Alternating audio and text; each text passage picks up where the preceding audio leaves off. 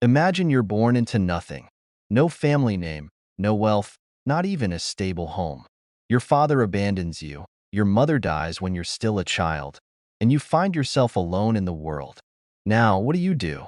If you're like most people, you might just try to survive. But if you're Alexander Hamilton, you end up changing the entire financial system of a nation that doesn't even exist yet. Ladies and gentlemen, picture this. You're standing at the gates of the underworld, a place shrouded in darkness where the dead reside. It's not a place you want to linger in, trust me.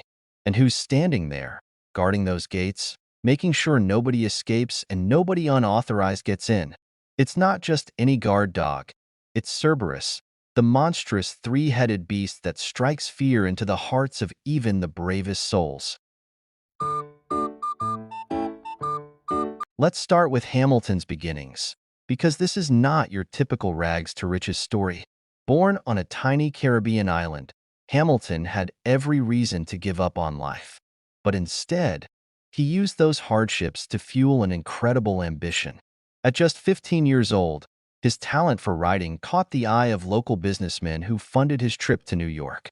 Fast forward a few years, and this same kid who grew up in poverty is making waves in the American Revolution, quickly rising through the ranks to become George Washington's right-hand man.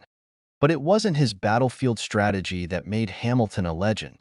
It was his vision for what this new nation could be, and specifically, how its finances could be structured to turn a fragile, debt-ridden collection of states into a powerful, unified country.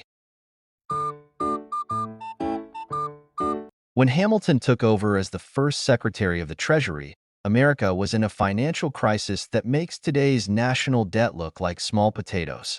The country owed a staggering amount of money from the Revolutionary War, and each state had its own IOUs and currencies. Basically, financial chaos. So what does Hamilton do? He proposes something absolutely radical. Consolidate all that debt into one big, national debt. Now, I know what you're thinking. How is more debt a good idea? Hamilton wasn't just trying to pay off these debts. He was trying to create a way to force the states to stick together. By having the federal government assume all state debts, he made it so that the wealthiest people in the country, who held those IOUs, suddenly had a vested interest in making sure this new government succeeded. Because if it didn't, their wealth would go up in smoke. This was more than just paying off some bills. It was the financial glue that held the country together.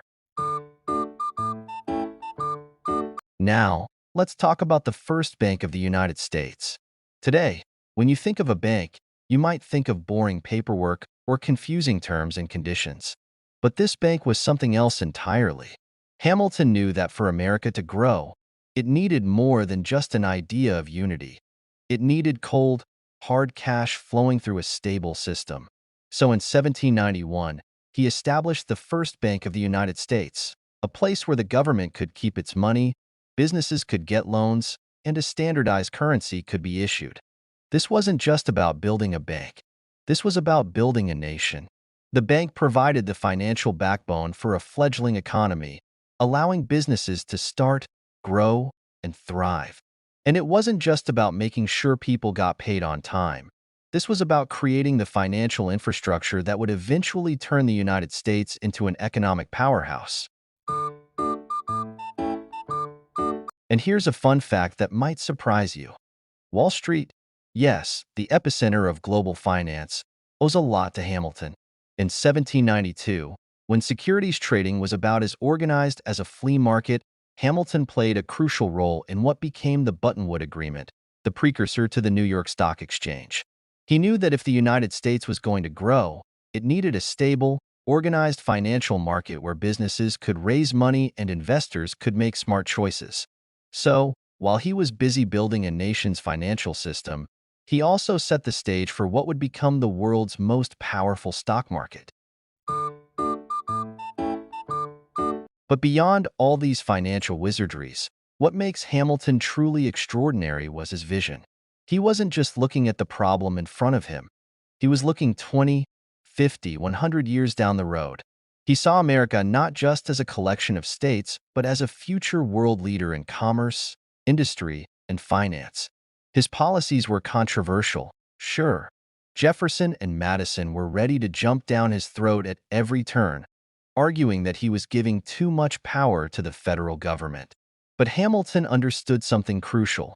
That power, when used wisely, can create stability, growth, and prosperity. So, why should you care about any of this? Because every time you swipe your credit card, take out a loan, or invest in the stock market, you're participating in a system that Hamilton helped create.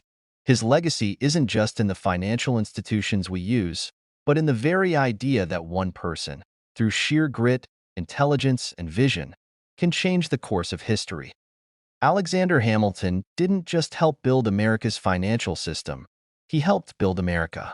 And in a world that sometimes feels just as chaotic as the one he inherited, his story is a powerful reminder of what can happen when we dare to think big, act boldly, and refuse to give up. So the next time you see a $10 bill, remember, it's not just money.